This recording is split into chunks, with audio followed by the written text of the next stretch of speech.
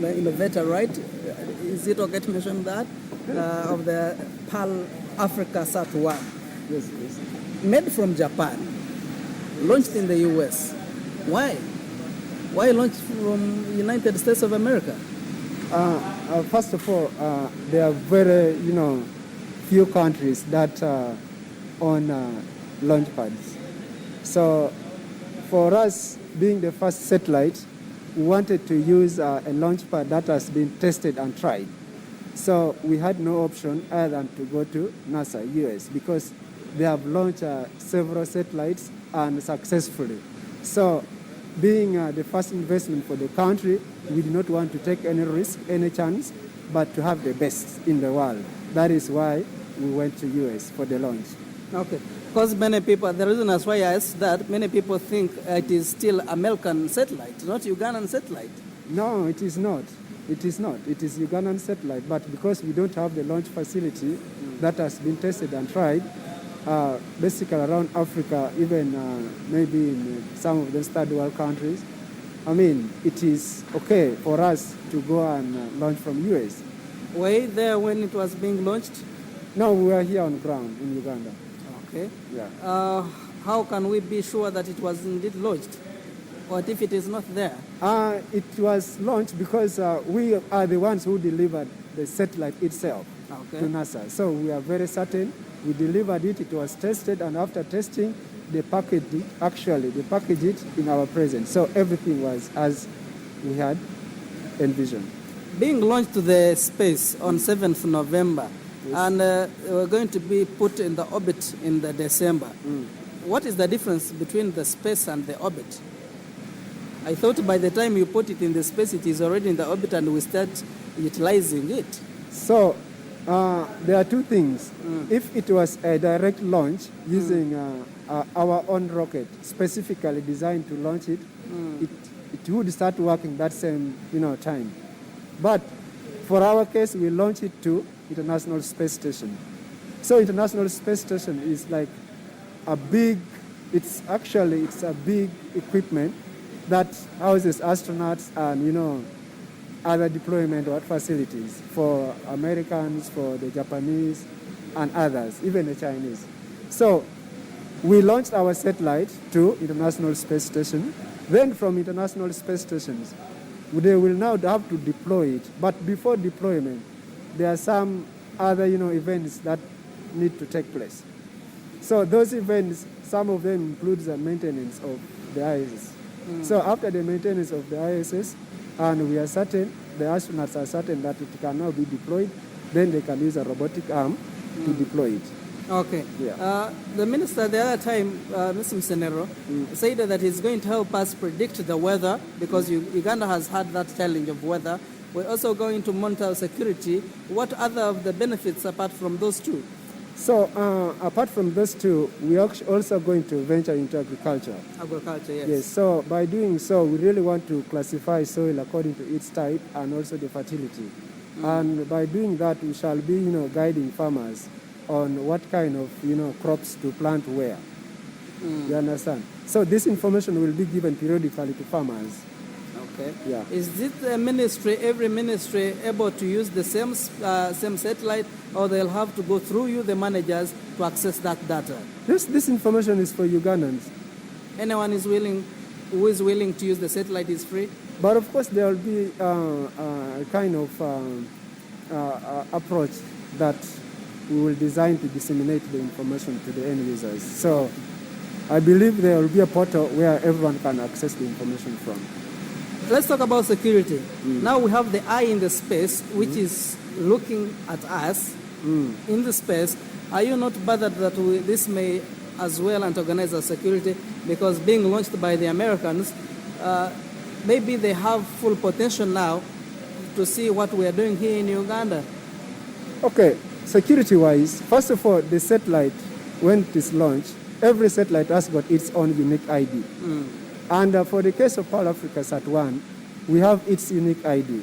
So we can only operate that satellite from our ground station, much as it is launched from the US. You understand? So the Americans cannot operate it.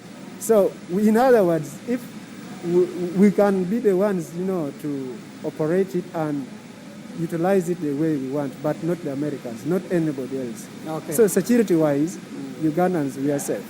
You have the password, so no we one have can everything. penetrate It the is security. actually, it is coded. It is pattern coded to Uganda. All right. Yeah. Interesting, Bonnie. Let me talk to Edgar about the relevance. Not even the relevance. People think that you are students. Yes. How can we trust this? Because people think they are not yet the experts. You have enough experience in this field, and you are still practicing. Maybe it is one of your projects that you started as students. Yes, so thank you very much. But how can we trust this satellite as from students who are practicing? Yes, as I mentioned before, that the challenge we still have in Uganda is that we don't believe in ourselves. We have been students. We went there. We studied. First of all, we have all masters in space systems engineering. That means we are international engineers, right? Secondly, we studied from a world-class institute that has experience in developing satellites. We have developed this satellite from that very institute. Thirdly, the satellite we developed was tested by experts, both JAXA and NASA. So I don't know why we, the Ugandans, don't think what the fellow Ugandans have developed is not up to standard. When are we seeing next PAL Africa Sat 2? Since you are the innovators and the starters of this. Yes, so now that we just returned. We see Nairobi, Kenya having 2, Ethiopia having 2, South Africa having many. Are you planning to improve to the next step? Our core goal is for returning this side is to train more young engineers on how to develop satellites. And with that training, because we want to have a bigger team, that we are able to develop more satellites. So our next target is to develop the second satellite from here in Uganda, so that the Ugandans can believe that it is possible. We have resources. Yeah, for the developing the satellite, we need the laboratory. Just the laboratory for the testing and launching. We can use either Japan or USA. But for the development, we can be able to develop a satellite from here. It's possible. Bonnie. Yes, please. How much could it have costed the Republic of Uganda to come up with PAL African Sat 1? Well, very interesting question. I actually would like to tell Ugandans that I am not eligible to answer that question. Okay, even when it is interesting. Yes. All right. Yes. Interesting. Yeah. Let's look at the management of the satellite. They said the data is going to be managed here in Uganda, not Japan, not United States of America. Why is that?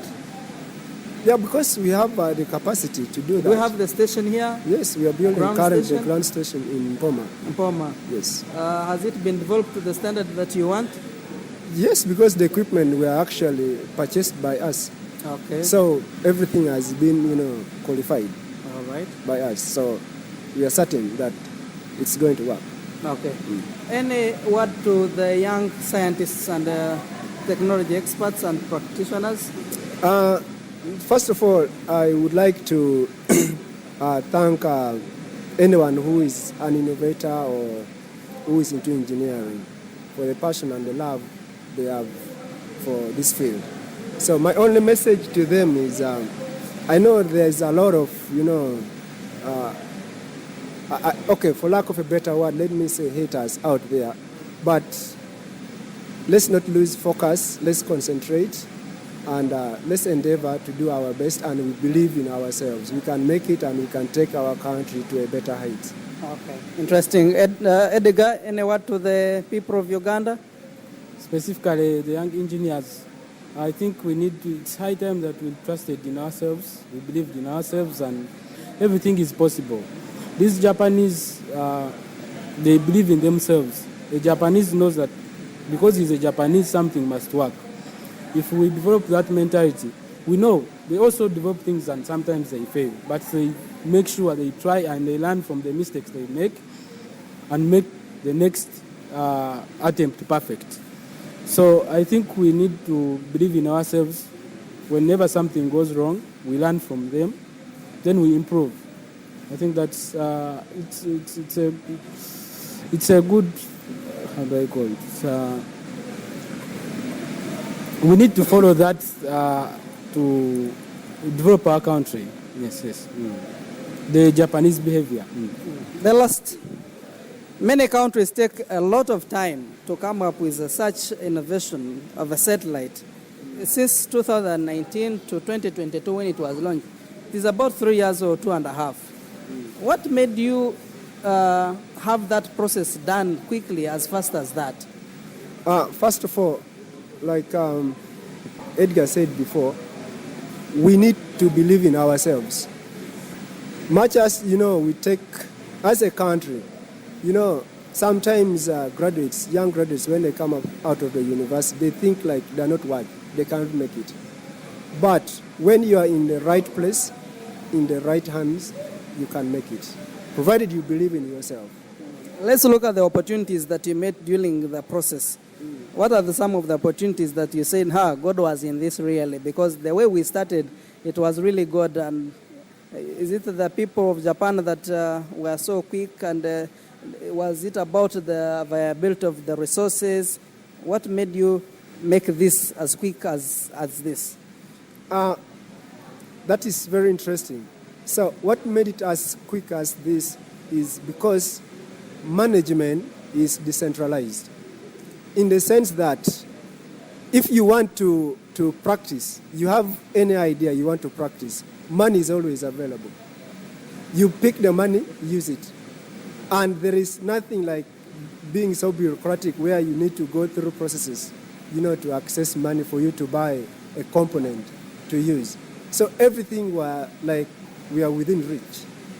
It was very easy to access funds, very easy to access testing facilities, even the semiconductors themselves, they were really available. So probably the government can see how they can enhance sciences by, making some of those semiconductors available to the innovators. Interesting. Interesting. I really love that. The last one with you, Bonnie. Had you gone to Japan to study, or you had gone to Japan to innovate the satellite?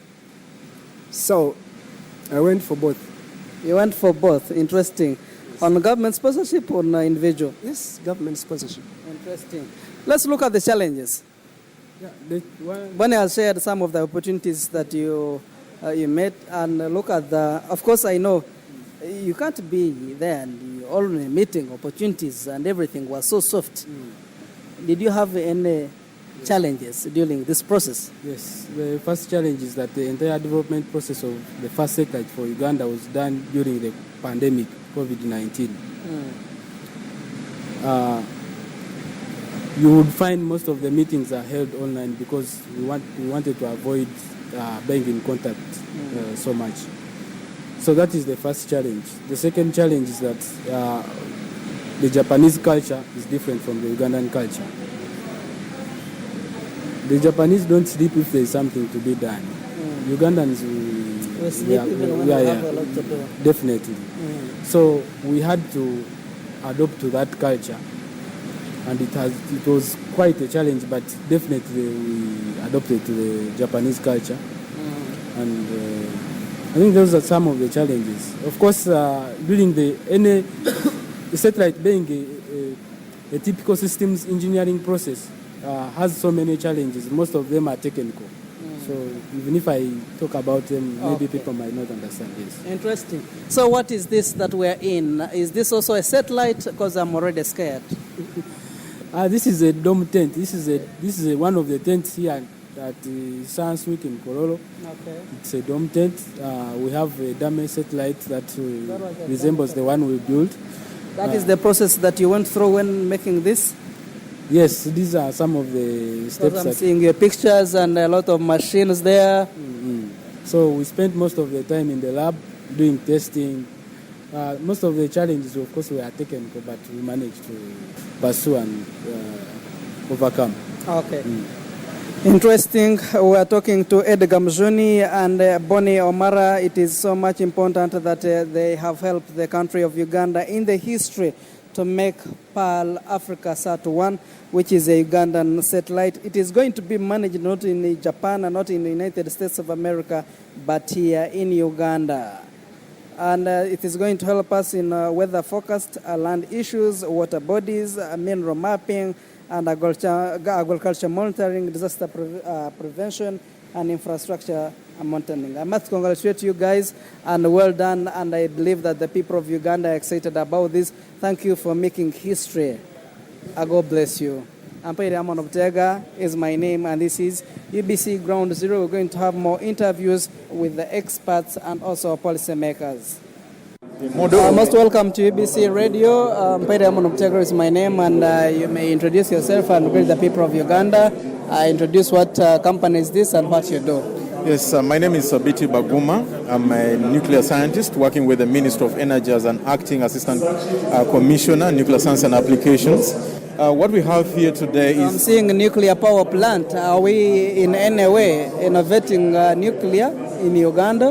Well, it's not an innovation. This is a technology that has been with us for years, and considering our energy profile, we think that we may not have enough electricity to power our industries, and also for matters to do with the energy security, we'll have issues. So that's why we are bringing on board nuclear as one of the options to power our industry and also to assure energy security for the country. Talking about security, we are used of nuclear being used as a weapon. We're talking about this, we're looking at this in terms of energy only, or we might have plans for security tomorrow. Thank you very much. Uganda is a party to the Treaty on Non-Proliferation of Nuclear Weapons, and therefore, in regard to that treaty, we are not supposed to use nuclear for weapons. But however, under the same treaty, we are given the right to use nuclear energy for peaceful purposes. And that's why we have been using it for treatment of cancer, for research, and now what we are venturing in is to make sure that we use nuclear energy for electricity generation. Is it possible to divert us from hydropower to nuclear power? Now, that's a very interesting question. It's not a diversion. It's what I would call it's diversification. We have to have a healthy mix where you have, and that's where energy security comes in. We look at hydro contributing, and then nuclear also contributing, and all other options contributing to our energy mix. Is it a resource that we should rely on as a country? It's a very reliable source. For example, if I tell you that nuclear power plant, which I have 2 units there. You can take us through about this, what I'm saying here, because this seems to be new in my eyes. Okay, thank you very much, sir. This model shows you 2 nuclear power plants. One is 1,000 megawatt, and then the second one is also 1,000 megawatt. Now, what we are doing in those 2 units is to heat water using nuclear material, for example, uranium-based fuel. And once you heat the water will produce steam. The steam then comes this other side in the turbine building, where we have that open part. And then the turbines will run under the pressure forced by the steam. And then the turbine will concurrently run the generator, which will produce electricity, and that will be sold to the national grid. Interesting. And what are these wires for? The wires that we're seeing here, this is a transmission line which is supposed to be connected to the national grid. Okay. The cooling tower? Yes, very good. When you bring hot steam to run the turbine, you have to make sure you condense it back so that it goes back and then comes back as steam. So during that process, we condense it, and we use the cooling tower to absorb that heat, and then we are able to regenerate the water for running the turbines. Did you say we are using this to treat cancer? What we are using is another form of technique that we're using in the country, that is using cobalt-60 machines and also linear accelerators for treatment of cancer. Okay. Yes. Any other disease we are treating using technology apart from cancer? We are using nuclear medicine also. Then we are able also to diagnose certain diseases, for example, thyroid cancer, and also treatment of other diseases that can respond to radiation. Interesting. Where are we getting this nuclear in Uganda? Some of the parts of we are importing it. Currently, for example, in the medical side, all the resources that we are getting is imported from other countries, for example, South Africa. That's where we're getting our radioisotopes. But the country has a plan, and that's what we're working on to come up with a Center for Nuclear Science and Technology. This will have a research reactor which can produce some of these radioisotopes locally. I mean, nuclear itself, do we have it here in Uganda as a resource? Nuclear, we have uranium as a mineral ore in the country, which is a resource that we will process to have it put in this particular power plant as a fuel. Interesting. Yes. Any word to the people of Uganda?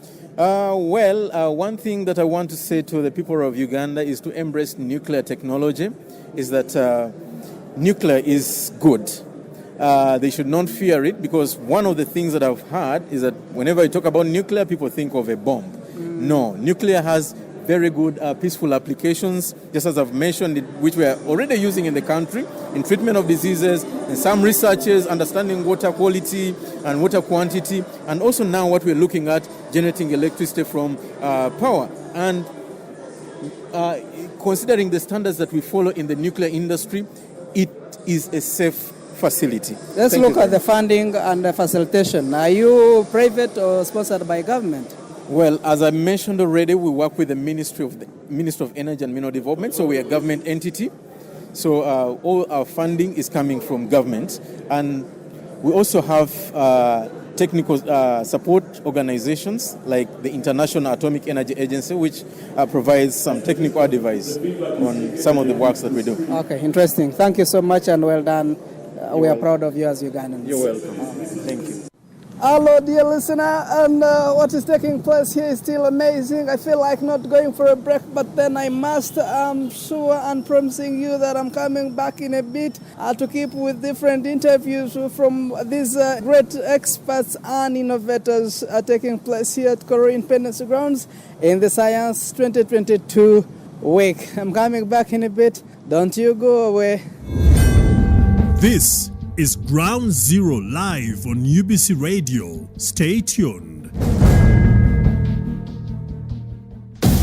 UBC Radios brings you one-of-a-kind World Cup experience starting from the 20th of November to the 18th of December 2022.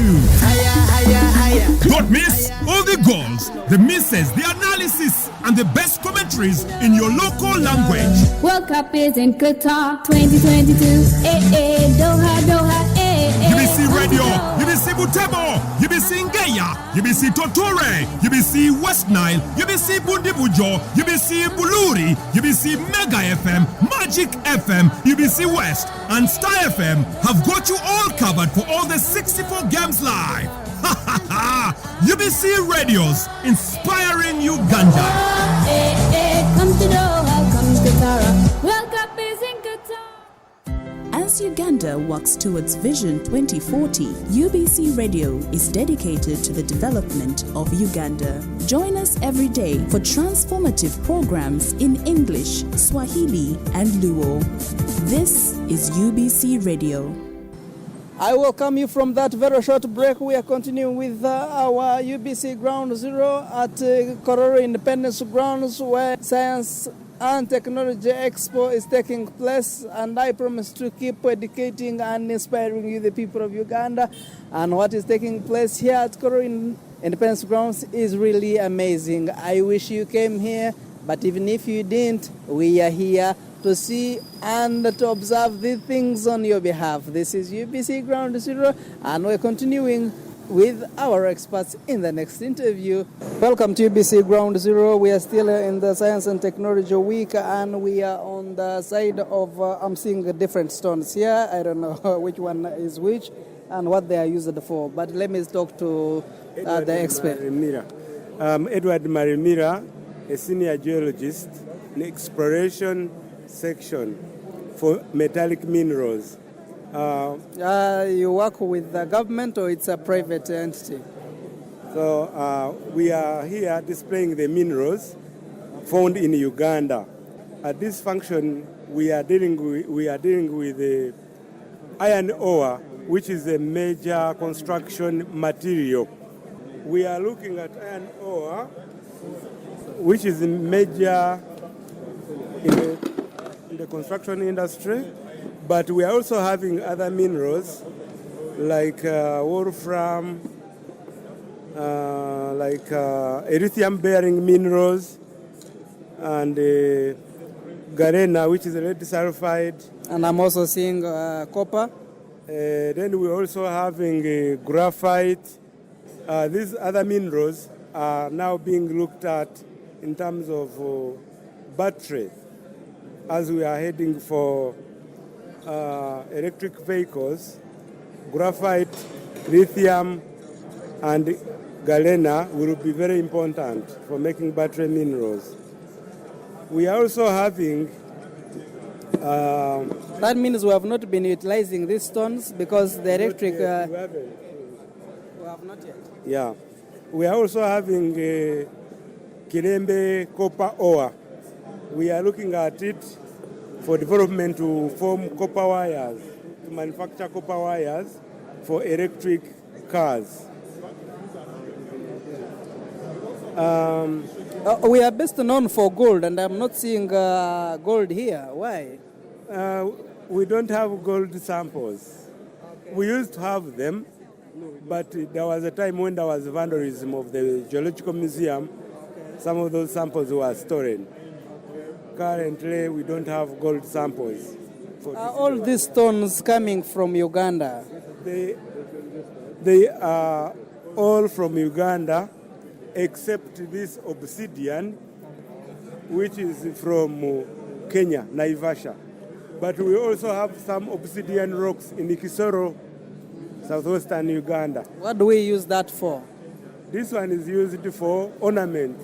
Like we can make rings and beads. And also you can polish it and you put it on the table as a decoration stone. Okay.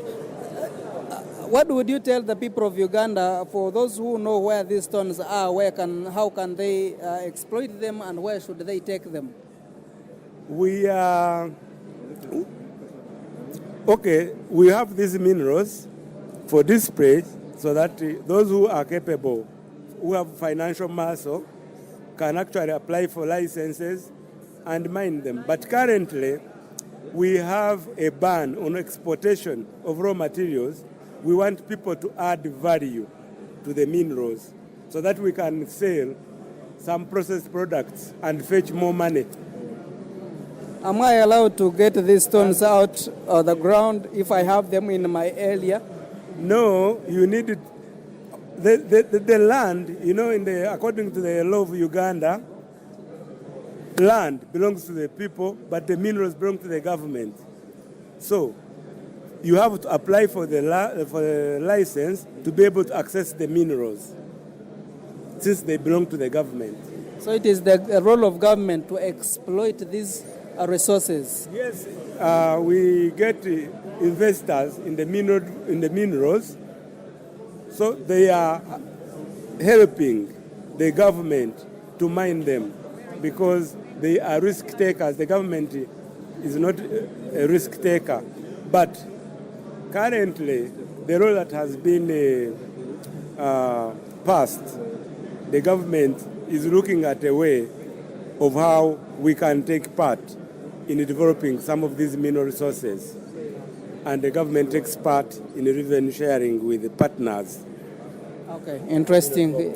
Your comment to the people of Uganda? The people of Uganda, those who are capable, they can come and get licenses and take part in the exploitation of these minerals and improve their revenues. If you get a cutting machine for these granites, they don't require a lot of sophisticated technology. You just cut, polish, and sell in the local market as construction materials. Where are you found?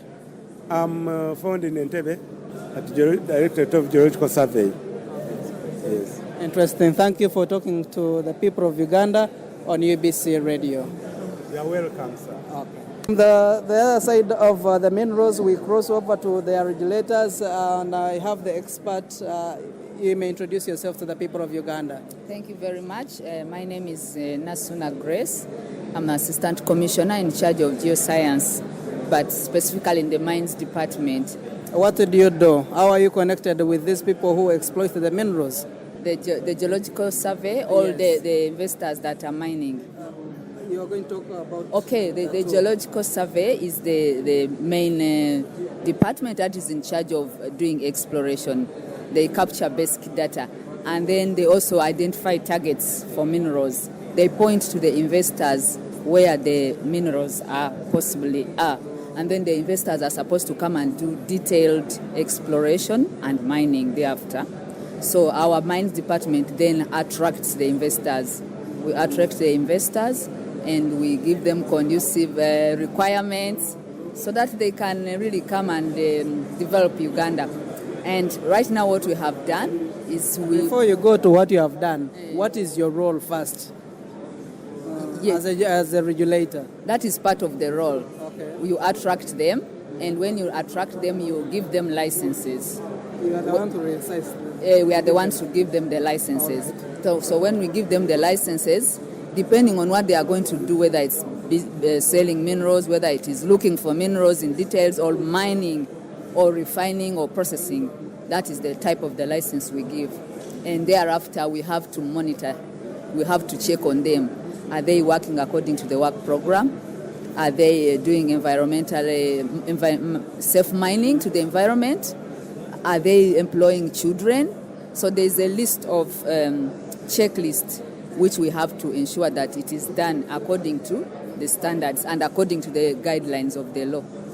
Yes. So you license, you attract them first. Yes. You license them. Yes. You monitor them. Yes, and we also give them advice. Now we Not facilitation. it depends. If they are Okay. small scale, we have introduced a license called the artisanal miners. Okay. Those are specifically Ugandans. We don't want foreigners in that artisanal license. So since they have been I was going to ask you about the indigenous investors. yes, those are we call them artisanals at the moment because they are using simple methods and they know where the minerals are, but they don't know how to get them out economically. So we are supposed to educate them how to follow the OA properly and how to use the law to mine safely. As a country, do we have the capacity or the resources that we can detect these minerals when they are not yet known or discovered? Yes. Or we have to wait for the investors No. bring their machinery here, and they tell us, you dig here, there is copper, there is graphite, there is iron ore. Do we have that capacity as a country? Yes, first of all, we have geoscientists that are able to interpret the data. Right now, you can see we are acquiring airborne geophysical data. That airborne, the sensors are supposed to look down in the ground and locate structures, magnetic structures, electric structures, radiometric properties, because minerals show properties. So these cameras, when they look down there, they are able to see those properties according to the mineral that is there. And when we interpret the data, we produce the map and we say there is a target for rare earth elements. Please come and do detail here. Okay. Interesting. Yes. Your comment to the people of Uganda, any word? Yes, the comment to the people of Uganda is that they should come and invest in mining. The prospects are good. We believe that minerals are the next providers of economic development, both to the economy and to the people. Okay. Interesting. We've been talking to Nasuna Grace, is the Assistant Commissioner, Geoscience, is that right? Yes. The Directorate of Geological Survey and Mines. We are proud of you as the people of Uganda. On my way to another tent, I happened to meet another gentleman. Your name and what you do, what brings you to the Science and Technology Week? Yes, what brings me to the Science and Technology Week is I have innovated knowledge to change mindsets and also to increase knowledge a knowledge society and also to strengthen the foundation of the love of knowledge. Your name, please. I am Ahebwa Samuel. I'm an author, I'm a researcher, and also an entrepreneur. So these books are under the Anti-Poverty Empowerment Program. We all know that we are in a knowledge society or a knowledge economy. Now, innovations are all under a knowledge society.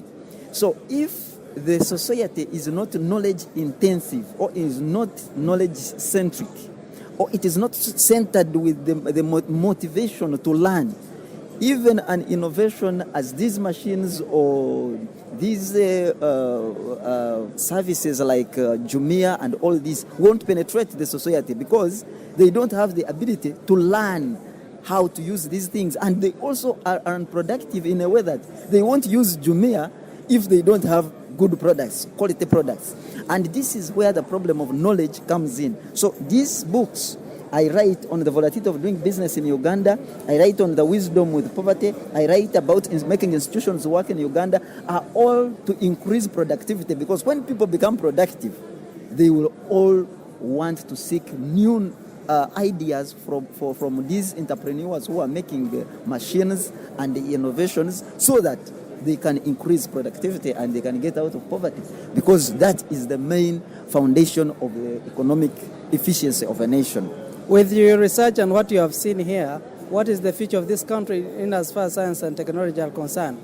The future of this country, and as far as science and technology is concerned, definitely the future is bright, because already we have seen that the world is already flat, because we all have smartphones, we have computers all over us. So there is no way you can say that you are not informed about or what Jumia is doing, or what another company is doing, or what a university has invented, because all of these things are advertised on our phones, they are advertised on television, and we see them on our computers. So definitely the future will be bright, because the world is already flat by this knowledge and innovation. So part of the use of the knowledge is now where the country is supposed to invest in. How can we use these innovations? Because the use is going to determine what we achieve. We cannot achieve unless we use, as I quote one of the philosophers in one of the books, that knowledge is ours to the extent to which we use it. In other words, also technology is ours to the extent to which we use it. If these technologies are not used, they are not ours. They will go back to the countries who are actually technology intensive and which are knowledge intensive societies. Why? Because we have failed to use the technology that these innovators have used. So it is a need for people to actually consume my knowledge so that it increases the intensity of using this technology. So we need to see how we invest in the use of technology. The usability comes from the people's motives and attitudes towards learning. Because all these machines teach us something. Our phones teach us something every day. If we don't learn from our technologies, we shall fail to use them. So this is what I am actually inspiring. And these, my 9 books I have written, empowering against poverty. As a researcher and also an author, we have the satellite in the space. How are you likely, or how is this going to help you as a researcher and as an author, but also as the youth? Now, definitely I congratulate the country upon having our satellites up in the air, because obviously we are looking at the internet access in the whole country, in rural areas. So that access to data will be very easy, because we have a problem of data here. If data gets finished in just a short time, we have a problem of high cost of internet and data use, and this is standing in the way of using ICT for research. And actually, another challenge that is standing in the way of using this satellite, the opportunity of the satellite, is because we are not investing in research. So I recommend in my books, I actually recommend the government to be research oriented, and also the people themselves to be research oriented, and that's what I talked about in the first foundation of the issue. Technology is ours to the extent to which we use it. So the usability depends on our research orientation. If the government does not put a budget for research, we must invest in research and development as the first foundation of ICT and innovation. So this satellite will be used very well if we invest in research and development. And that's why I'm a researcher. I am actually a person who is actually strategically aligned to these innovators to make sure that we make Uganda the best. Coming to 9 books of mine, I give different recommendations to the youth, to the women, to businesses. It is very important that we get the vision and the sight of seeing the use of knowledge. Knowledge is the future. Knowledge has been the foundation of the world. Knowledge is the need for the future. Now, these technologies teach us something. These technologies don't come to just be used just as playing a game. No. These games here that have been done here are all teaching us something. But if we are not knowledge-oriented, definitely the technology will be put to no use, and we shall remain unproductive, and we shall remain in the same problem. So we need to be knowledge-oriented, learning-oriented. We need to be a learning society for us to use this technology and to also improve our systems in solving problems of disease, corruption, poor marketing, ability of our services and products. All these things come from a learning society. We need learning leaders, learning citizens, learning institutions, so that we can capitalize on every opportunity and also override and use the threats that come with technology. Because technology also brings threats. All these technologies have health hazards, and they also have costs. So, but when you are learning, when you are oriented with learning, my friend, you will survive the threats that come with technology advancement. Thank you very much. You're most welcome. We've been talking to Sam Ahebwa, is author and researcher. Is coming from the Anti-Poverty Empowerment Series, and I'm glad that you are involved in this and teaching the people of Uganda on the way to go. He just said that knowledge is the future, and I beseech the people of Uganda to be educated and seek knowledge in order to develop this country, because all these innovations that we are seeing here at Koro Independence Grounds, where the Science and Technology Week is taking place, it is because of one element, knowledge. Thank you so much, Sam, and I love what you're doing. Oh my God, what I'm saying is really exciting, and you need really to embrace the science and technology in Uganda in the 10th that have just come in. It is really exciting. I'm seeing electric bikes on my left. I'm seeing the electric vehicles. Kayola Ives are here, and His Excellency the Vice President, Jessica Alopo, is being taken through this great innovation by your sons and daughters of Uganda. This is really, really exciting, and at UBC we keep on inspiring and educating you about what your daughters and sons are able to make. This is really nice. We're going to have a few comments from the makers of these innovations, and you'll be excited. Oh my God, I can't believe that this car is made in Uganda. This is a very posh car. This is really nice. It is a Nissan and it is electric. Apart from the bus, you can own your own private car. I'm going to talk to one of them and take us through how they have been able to come up with this kind of idea and to the point of actualizing it. And here I am at Kayola Ives, and speaking to us is Mr. Fred Matovu. Yes, you work as... I work as the manager in charge of the electrical systems at Kira Motors Corporation. And here at the science fair, we are exhibiting one of our products, which is the Kayola EVS. So Kayola EVS is a premium low-flow city bus. It is all electric. So all electric means it is not using fuel. It has no engine. So the unique thing about this bus is that it can move for 300 kilometers on one single charge. So you charge it once, then you drive it for 300 kilometers. The charging process using one of our fast charging stations takes approximately 1.5 hours. And some of the key features on this bus, apart from it being electric, when you are boarding the bus or when you're on the bus, there is free Wi-Fi. We have onboard cameras for security purposes. Okay. There are charging ports, so when you are on the bus as you're traveling, you don't have to worry about running out of battery and all that. There is AC. And then the other unique thing is our bus has an electronically controlled air suspension. So what that means is that this bus can be, it can kneel, and it can also go up and down. So when you've parked at a bus stop and you want people to embark and disembark on the bus can be made to kneel. That means it will incline to the side where the passengers are boarding the bus, and they can easily get onto the bus. And also for inclusiveness, for people who are disabled, who have wheelchairs, I was going to ask you about that, as if you have not provided for them, like entering this car. I'm not seeing that provision. Yeah, we thought about even the people with disabilities. So because the bus has two doors, it has one is for entry, one is for exit.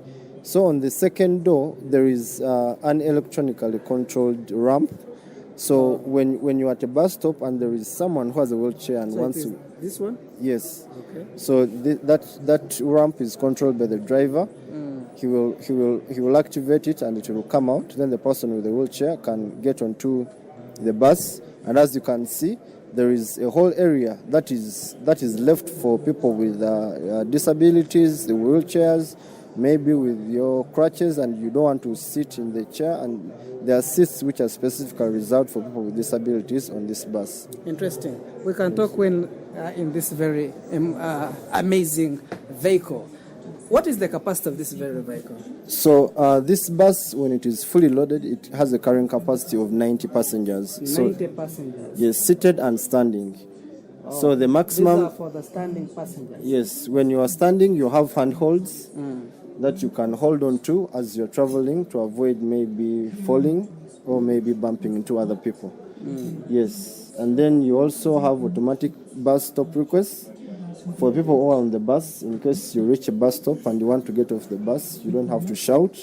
You just have to press the request that I need to get out of the bus, and the driver will be alerted, and they will make that stop for you to disembark from the bus. Were you not bothered about the congestion? I'm imagining 50 people seated and the other 40 standing.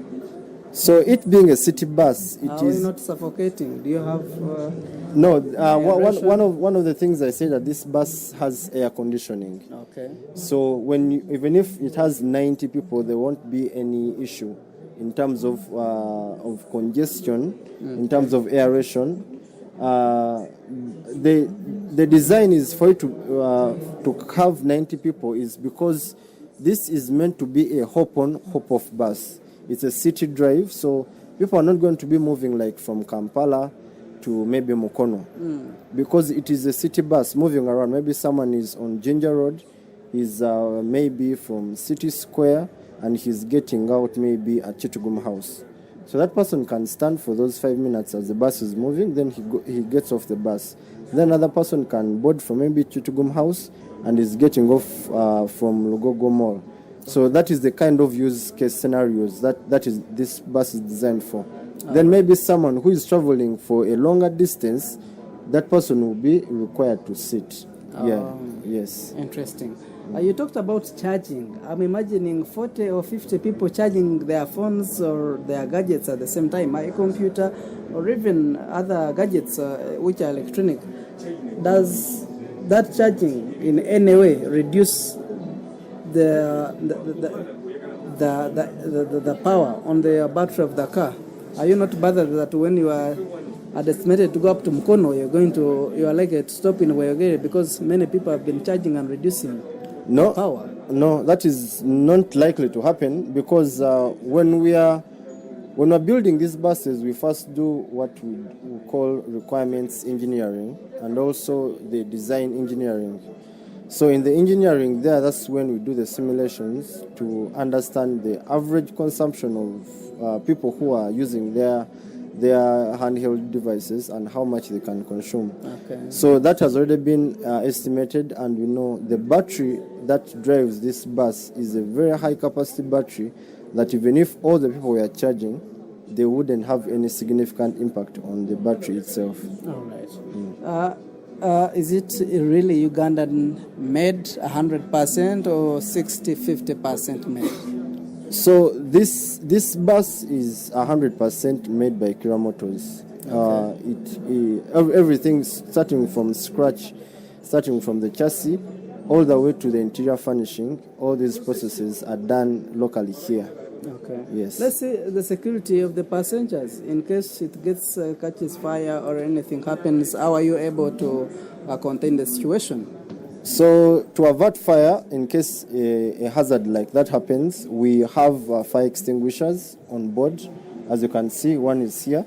There is one next to the driver. And then also we have fire extinguishers in the back, because in the back that's where the heart of the car is, and those ones are automatic. If anything happens, they have a trigger which can activate them to avert that fire. Okay. Yes. Apart from this very one we are in, what are other vehicles you are making? I'm seeing the other one seems very posh, but it is Nissan. So Kira Motors, our market entry products are buses, and we've started with the electric bus, which is a city bus, but it has a range of only 300 kilometers. Okay. But then we've also designed another bus which is intercity, which can move for longer distances, but that one is a diesel bus, and we call that one the Kayola diesel coach. So for now, and in the near future, Kira Motors is focusing on making sure that we realize the mass production of these two products, the Kayola EVS and the Kayola diesel coach. Yes. So those are the only two products that we are starting with. How many buses have you so far made? We have made so far 6 buses, 4 electric and 2 diesel coaches. Okay.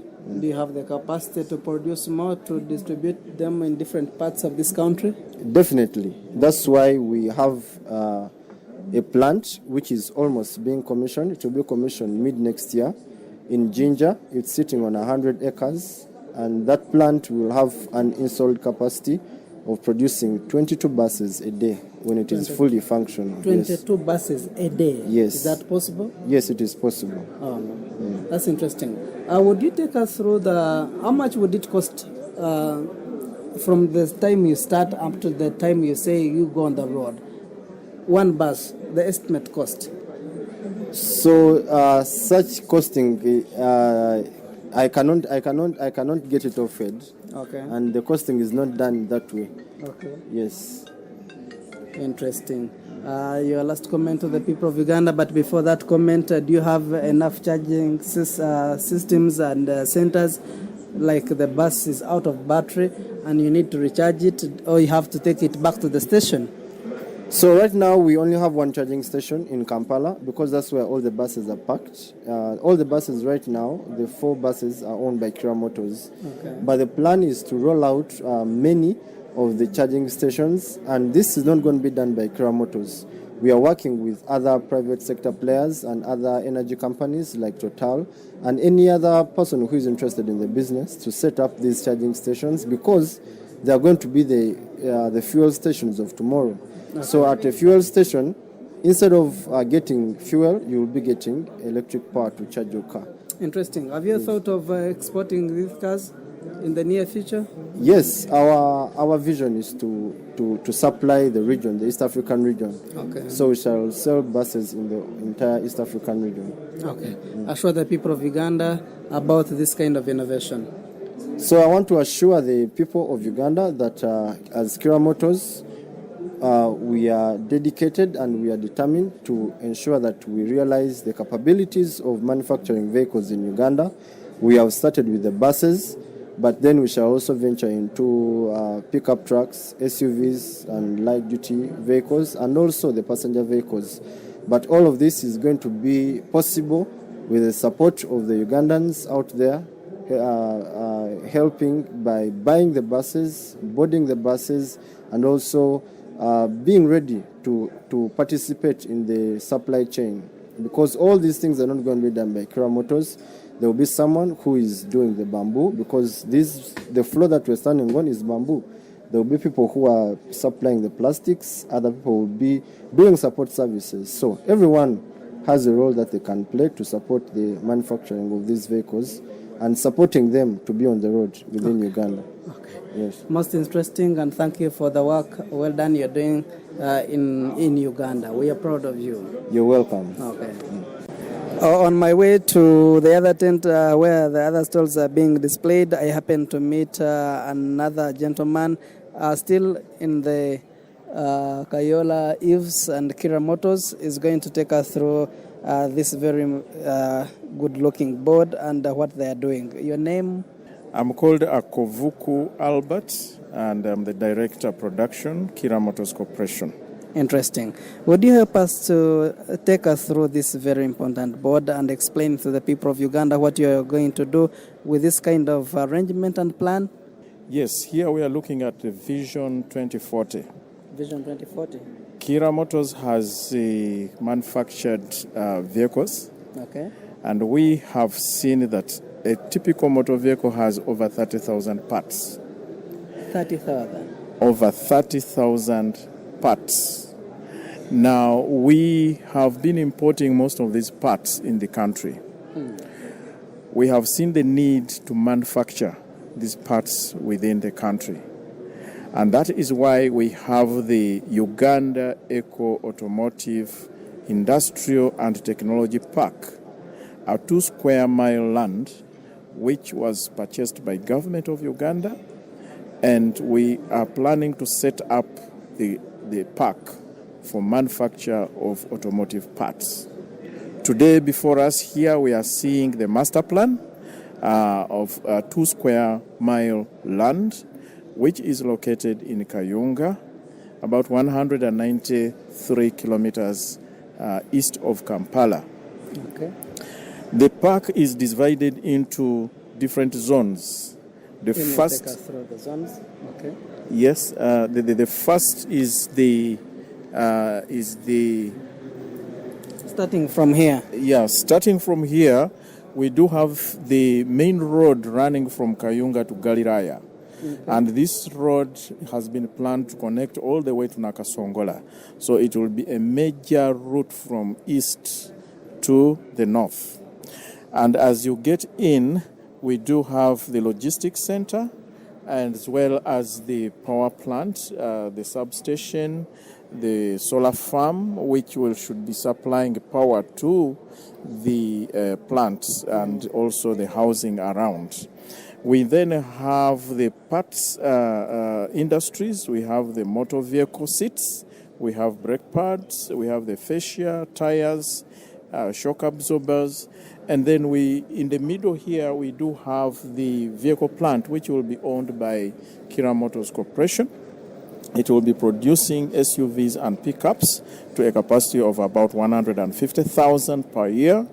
And then as you go further, we do have the fasteners, filters, and lithium-ion batteries, the automotive glass, and then the bamboo boards, which you certainly have seen in the Kira EVS.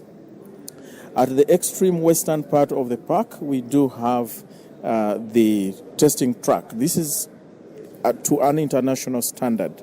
We expect international OEMs to come and test their vehicles here for validation purposes before they are put into the market for use. We have also provided space for the economic zone, the free trade area, which we expect to be manned by Uganda Free Zone Authority. Parts within or any commodity within this zone here will be tax-free for export purposes. We have housing which ranges from the low density, medium, and high density accommodation. Within that housing area, we have a commercial center where we shall have the supermarkets and other businesses. We do have a nursery school, and then adjacent to it is the skilling center and the innovation center, where we expect scholars from all over the world to come and carry out innovation and also skill the people who will be working in these industries and also other industries within Uganda. We have a hotel within this place here, and this hotel will have a convention center. It will be one of the most beautiful one in Africa. We also have the Kira Motors Tower, where we shall have the headquarters of Kira Motors. We have not stopped there, but we have also provided health facilities, which should be used by the community, and it will also be used by the people within the park. We also have a primary school. We have services like the police, the fire brigade, wastewater treatment plants, the biogas to supply biogas for cooking within the park. This is an eco-friendly park, environmentally friendly, and it is one of the world's largest eco-friendly park that we think we shall put here in Uganda. Amazing. You said that this land, the entire land, has been already secured. We have already government has already secured the land. And how far have you gone with this process apart from securing land? We normally start with the master planning, and the master plan has been approved just 2 weeks ago by the Kayunga District Local Council. And from there, we shall now start planning the detailed designs for each of these facilities.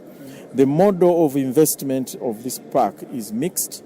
We have the private-public partnerships and government that will see the realization of this eco-friendly park. I was about to ask you who is going to set up this amazing hotel, according to what I'm saying, and these apartments. Is it Kayora or the private investors that you are likely to partner up with? We do have the private sector. The real estate guys have already contacted us how they can play a role here. We told them we have housing where they can come and partner with the government to ensure that they put up the apartments. The hotel, this one we will be put up by government because it will have a convention center where we expect government to host conferences and important workshops around that convention center. The KMC headquarters will be run by Kira Motors Corporation, and therefore it will be constructed by government. The vehicle plant will also be constructed by government because that is typically the business of Kira Motors Corporation. We also have the test center. The proving grounds will also run by government since it is related to intellectual property. Interesting. Yes. The last comment? Well, I encourage Ugandans to support us, and also we encourage Ugandans to embrace the technology that we are moving forward, the electric buses, and also what the vision 2040 is hinged on. This park is not going to be realized today. It is going to be progressive, and it will take on slowly by slowly as the largest eco-friendly park in Africa. Thank you so much for speaking to the people of Uganda on UBC Ground Zero, and wish you all the best. Thank you very much, and we hope to develop Uganda together. Great. On my way, I also learned to another important stall where they have electric bikes. They are really beautiful. If you came here, you would really like what I'm seeing. I'm going to talk to this very gentleman that is going to take us through what is taking place here and why he is in this Science and Technology Week. Your name, please. Yes, hello everyone. I'm Daniel. I'm one of the co-founders of Sembo. Sembo is a company who's doing electric motorcycles for boda drivers here in Kampala. And with this innovation, the Honorable Minister Muzinero invited us to be now the second time part here in the Science Week, and we are very happy about this. Okay, interesting. How important or unique is this kind of bike from what we have been seeing outside there? I hope some of our listeners already saw this motorcycle, the green ones, silent ones on the roads of Kampala, and I hope many of you already had the chance to hop on one of them. It's quite unique, I would say. We started in 2018 here with a few prototypes. Since 2019, you see our current model, and we have 200 motorcycles on the road. They're unique in one way. We are not using any fuels or oils, so that means we are also not emitting any noise or any fumes. So we are really trying to protect here our air quality in Kampala, where everybody knows we don't have necessarily the cleanest air we are breathing every day. And at the same time, we are also supplying cheaper energy to the Boda Boda drivers, so that we don't need to put a lot of money in the pockets of the big oil and gas companies, but can use the electricity we are generating here in our country. Has this started only in Uganda? It has been somewhere and you brought the idea here? I mean, electric mobility is a worldwide movement. The ideas are not new to the world, I would say. What we are doing here is more to incorporate the best and adapt it to the Ugandan market. For example, on the motorcycle side or on any electric vehicle, the most expensive part is always the battery, making 60-70% of all the cost. So to speak here in shillings, that would mean for one battery around 8 million shillings. And to make this more affordable, we are renting out those batteries. We are not selling them. You are renting? Yes. So basically, if a Boda Boda driver has an empty battery, he comes to one of our stations and we exchange the battery. So he will find a fully charged battery, we exchange it, that takes 1 or 2 minutes, and he can continue your ride. The charging takes about 1 or 2 minutes? For the customer, yes, because we are simply removing the battery, the empty one, on his bike, and give him a fresh one. And then we charge it, and when it's full, the next driver will come and swap a little bit later. What is the durability of this very bike? What do you mean? You mean in distance covered by... No, how long can it stay when it has no issues, mechanical issues in this case? Very long. So we are projecting a full life cycle of around 5 years. 5 years? Yes. That's interesting. Which is similar to what we see on the fuel counterparts. Right now, our oldest motorcycle currently on the road is from 2018, so it made now 4 years on the road. Always used by Boda Boda drivers, so we see the durability is definitely there. What is the cost of one bike? So one bike, as it comes with a financing option, we are speaking here about 500,000 shillings upfront as a down payment, and then in weekly payments over 2 years it's 70,000 per week. So even there we are cheaper compared to the fuel motorcycle, which is right now around... You allow installments? Yes, of course. This is the market reality. Boda Boda drivers either have somebody in the background who takes weekly payments without gaining their ownership, or they are with financing companies like Uganda or ASAC, or different banks also offer those loans now, where they pay in weekly installments, and after 2 years the asset becomes the one of the driver. But for someone who has their own cash, how much can it pay one payoff? There it would be 5.5 million. 5.5. What is the mode of payment? I would prefer an electric transfer, okay. But right now we are not focusing on those cells. Actually, we have a lot of demand from the market. We have a problem right now more on the supply. We have 200 motorcycles on the road already. We have 100 left in our warehouse, and they are basically already sold. There are enough drivers who already made the upfront payment to bring them on the road. And we are an impact-driven company, and therefore we have two major impacts: the environment and the social impact to increase the profits of a business of Boda Boda drivers. And therefore we exclusively focus right now on Boda Boda drivers. Everyone is interested in this very amazing innovation, electric bike, but how can they access you?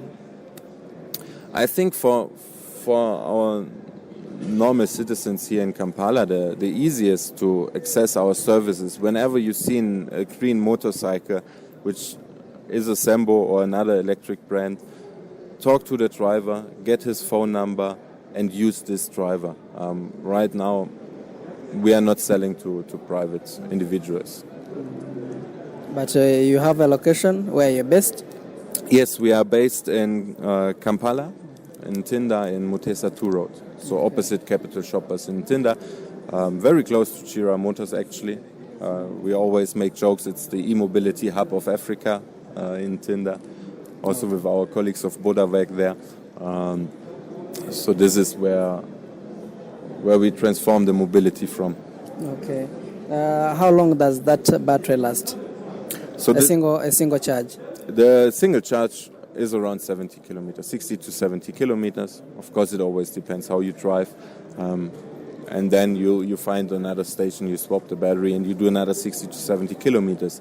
And this is the unique thing about the battery swapping approach we are doing.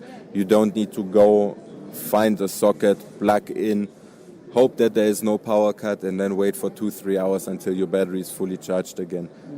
You are most welcome to UBC Ground Zero. We are also on another important stall. We're going to talk to this very good gentleman. And they're also going to tell us why they're in this very important expo. Your name, please? My name is Francis Katwangole. Okay. I'm with Mojo Energies. I'm in charge of operations here. And we are into converting bikes, fossil fuel bikes. What are you showcasing to the world today? Bike conversions. We are converting bikes, fossil fuel bikes, into electric bikes. And we're trying to address the issue of pollution and high energy, increasing cost of fuel in the market. That's what we're trying to showcase today. How unique is this kind of setup or model different from the others, especially those who are in the same market like Zembo and many others? Our journey is unique in that we do have, unlike our competitors, we do have a hybrid option.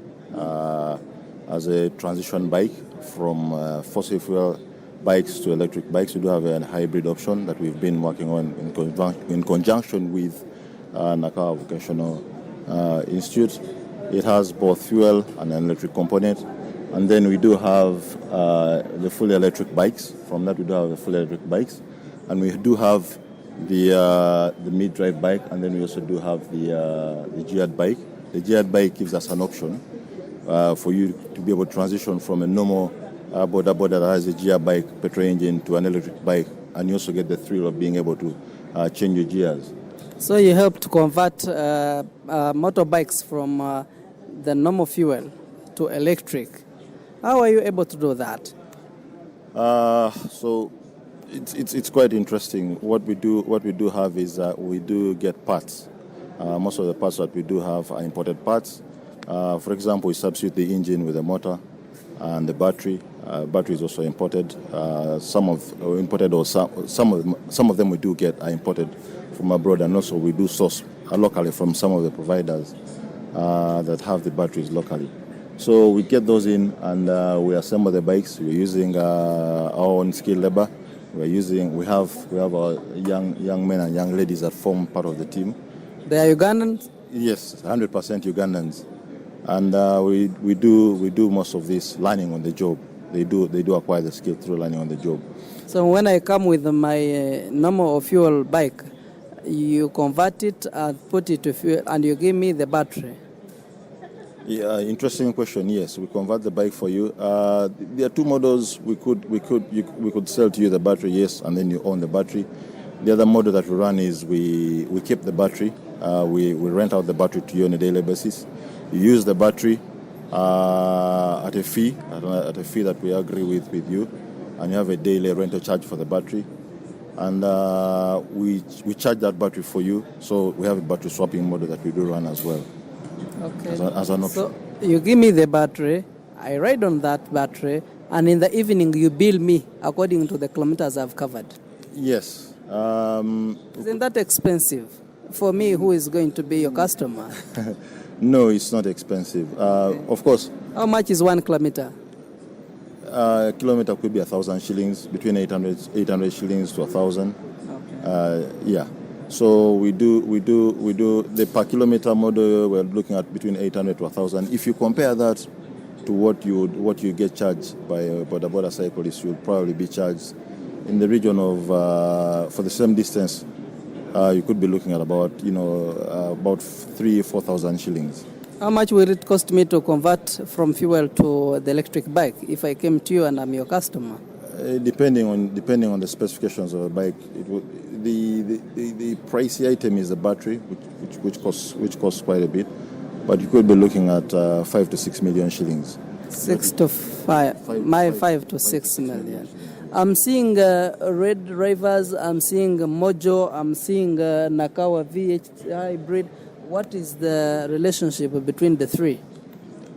These are partners. These are partners. Okay. Nakawa is a place where we do have the incubation happening for some of the activities, the technical activities.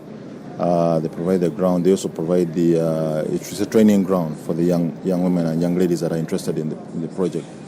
So, and that's where that happens.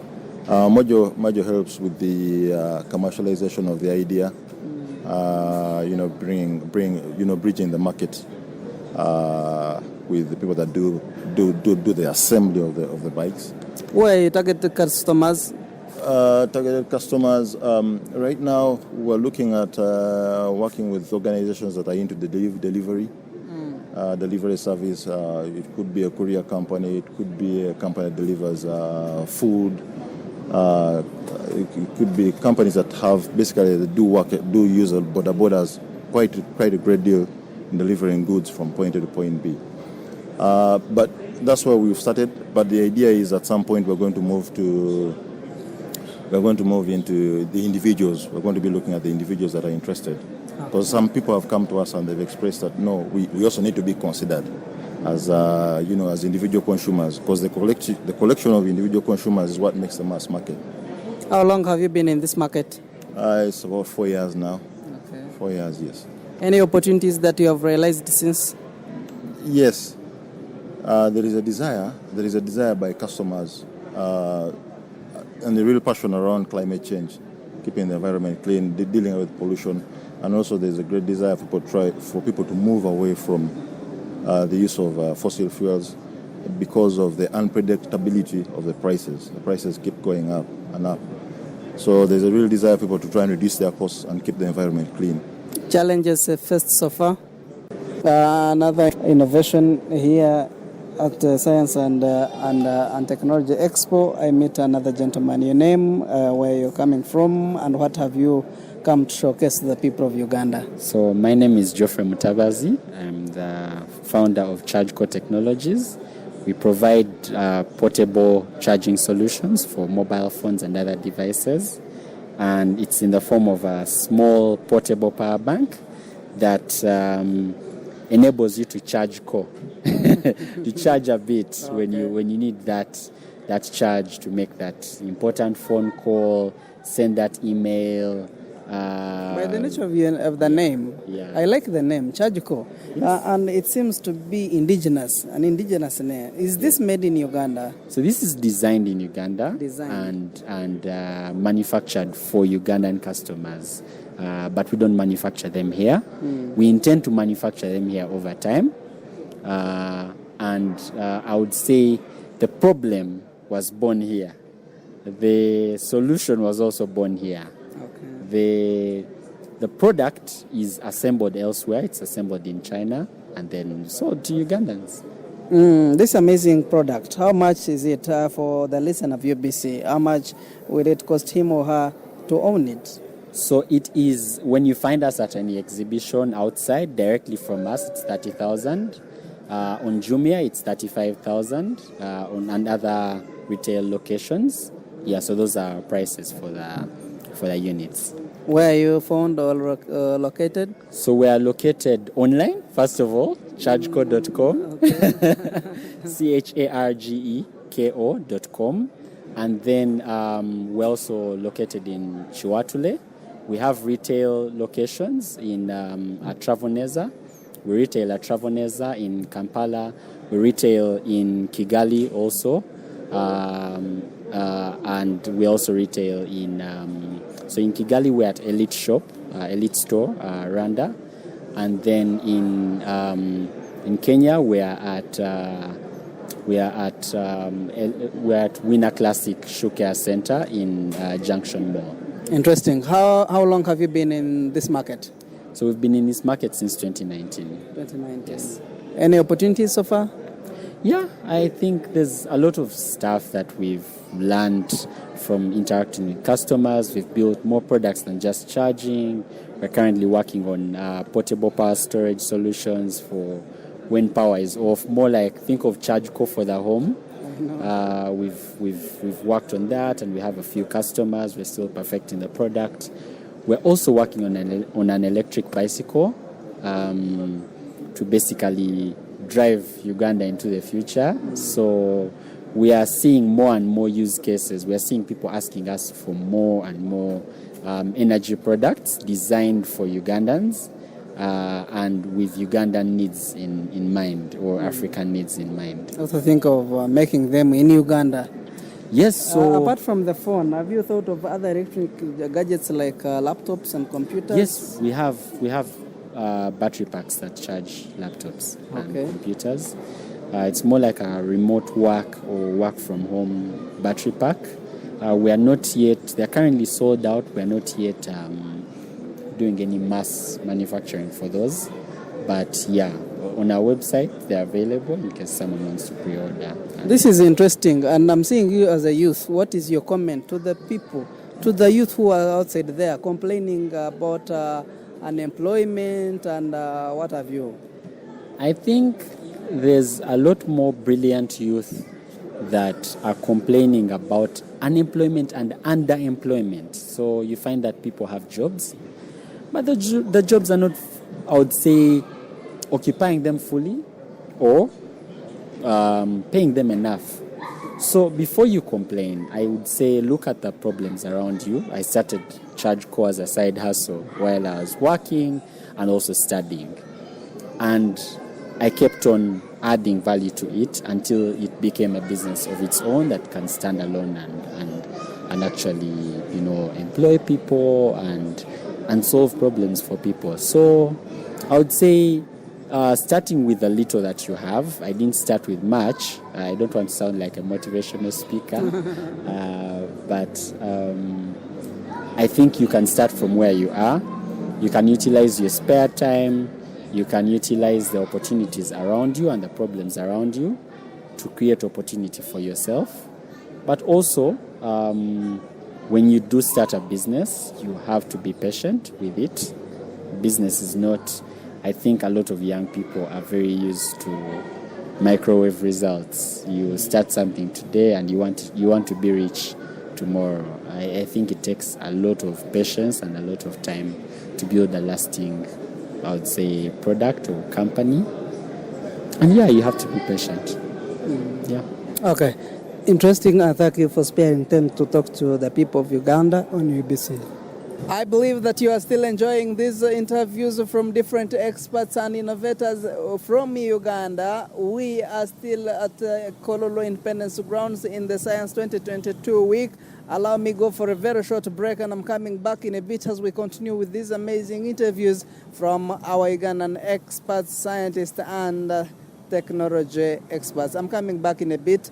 I pray that you don't go away. This is UBC Ground Zero. This is UBC Radio, the home of inspiration.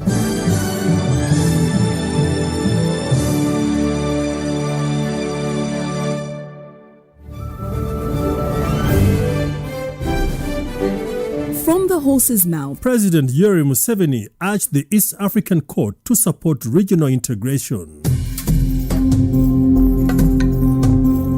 When we are talking about integration, I think we should look at the USA. Those people had a smart way of doing things.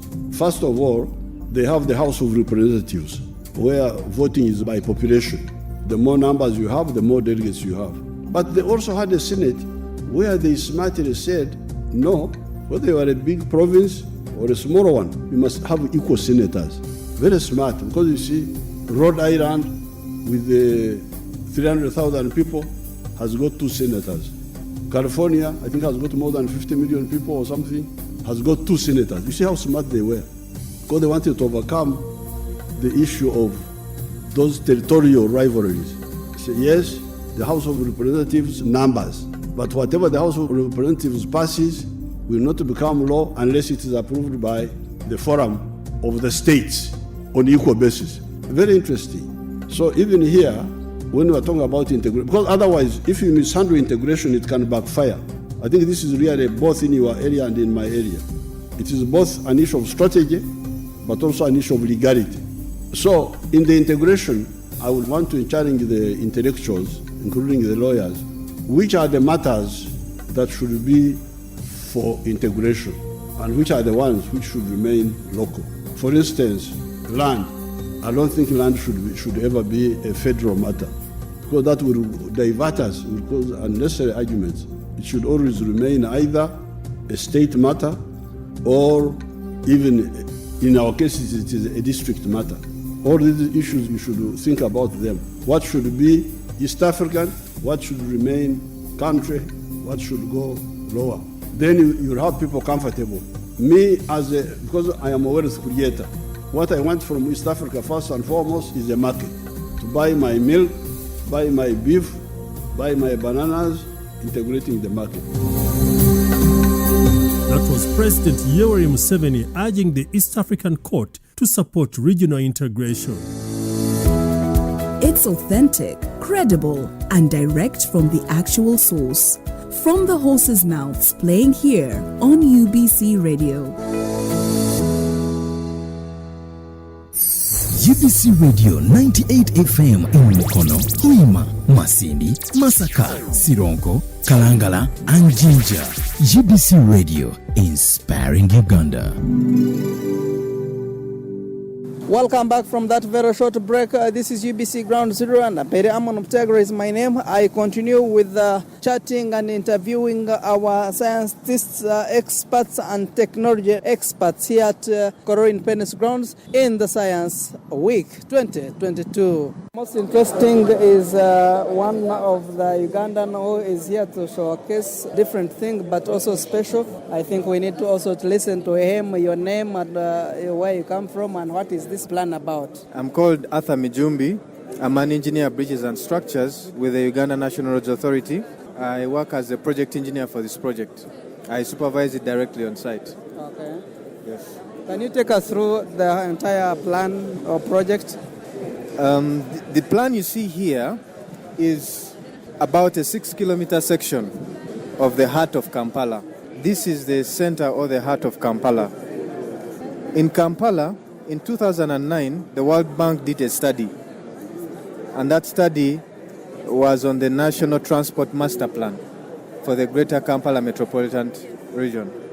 In that master plan,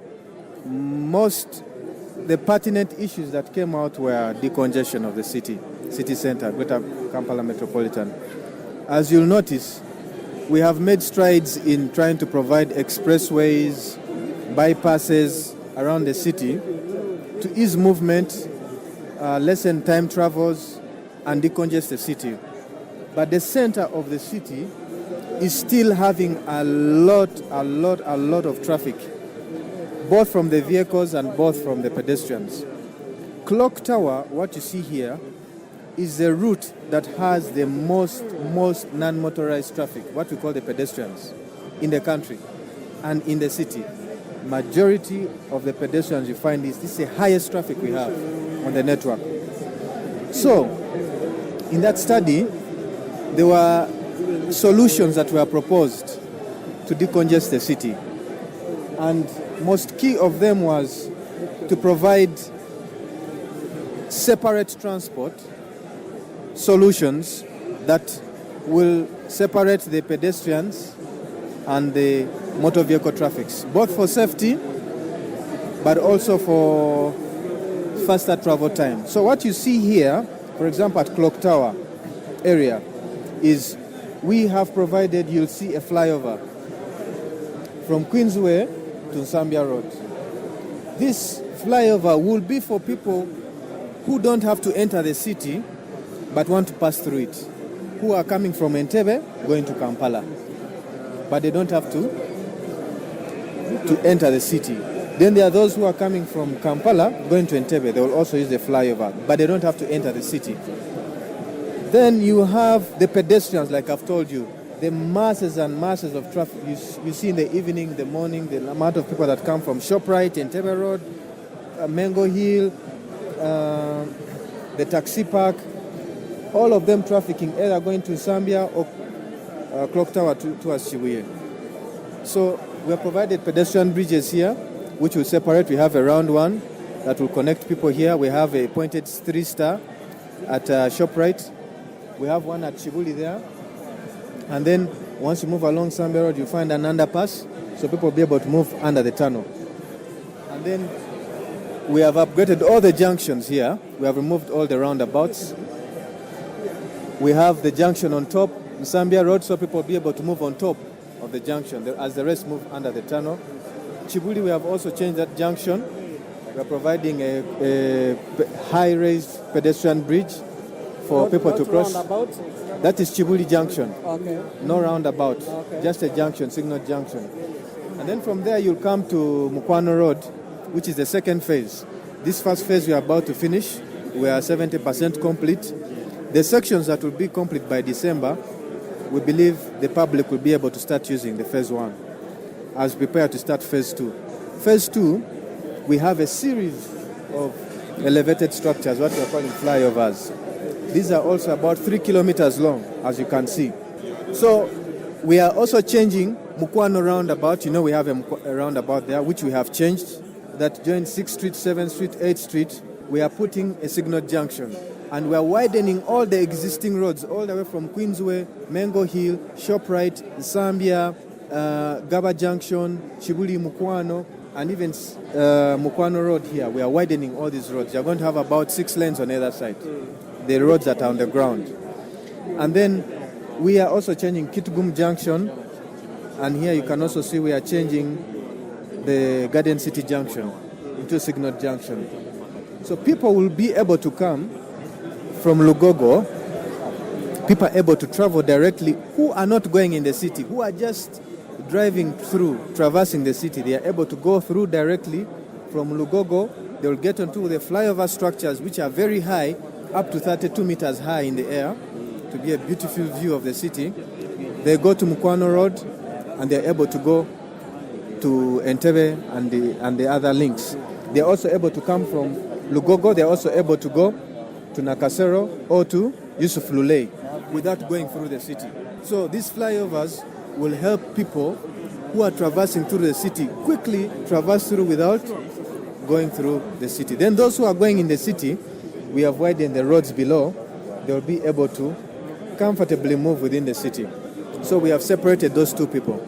So whoever is worried whether you're going to Chibuya, whether you're going to Busega, you will directly connect from Clock Tower straight to Chibuya roundabout, straight to Busega, straight to Mpiji or Entebbe. And also here you're able to connect directly from Lugogo straight to Jinja Expressway. And also from Garden City, you're able to connect directly from the flyovers to the Nakasero bypass, straight to the northern bypass. We are also putting an expressway, a VVIP expressway. Yes. So how long is this project going to take? The first phase we started in 2019.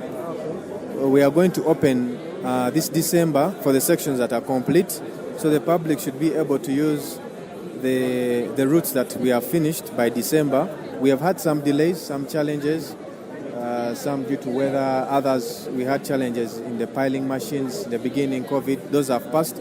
But now the sections that are going to complete by December, we shall be able to open for the public to use the sections we have finished as we start the second phase. The second phase, we are going to start procurement soon. If we start in 2023, hopefully by 2024 we can start the work. So this has been designed to reduce jam and traffic in the city, right? Yes. Okay. No mixing the people who are traveling and those who are going to the city. Yes. So primarily people who are just traversing the city, you're able to comfortably move without being blocked. Then those who are in the city can enjoy the city, and they will not delay people who are just going to the other parts of the country. Okay. I am glad you are solving the traffic problem in Kampala. Thank you so much for this great innovation, and I pray that it works. It will. Okay.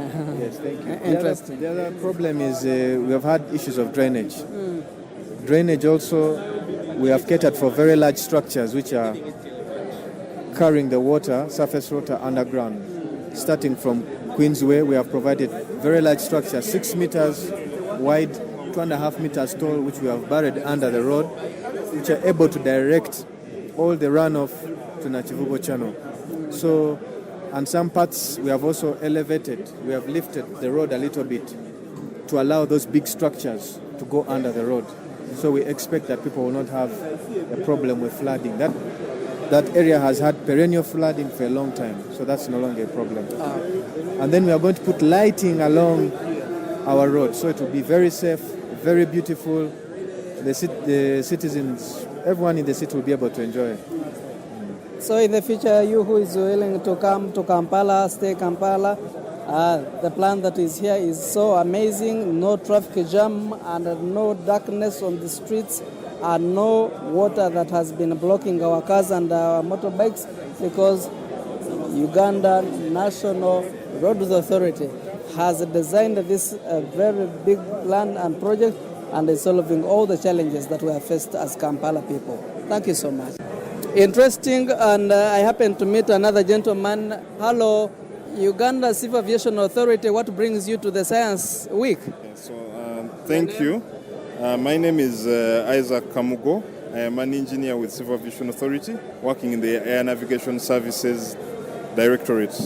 So here at the... Can you help an Ugandan who has not been able to come and see this interesting plan and be able to know what is taking place at Civil Aviation Authority? Okay. Yeah, so thank you. So here, what we have is a plan of the airport, shows the aerial view of the airport, shows the layout of all the different runways and taxiways that we have at the airport, and also all the major important buildings. So as you're aware, we have a master plan which runs up to 2033, I think. And in that master plan, there is a lot of expansion work that is supposed to be carried out, okay?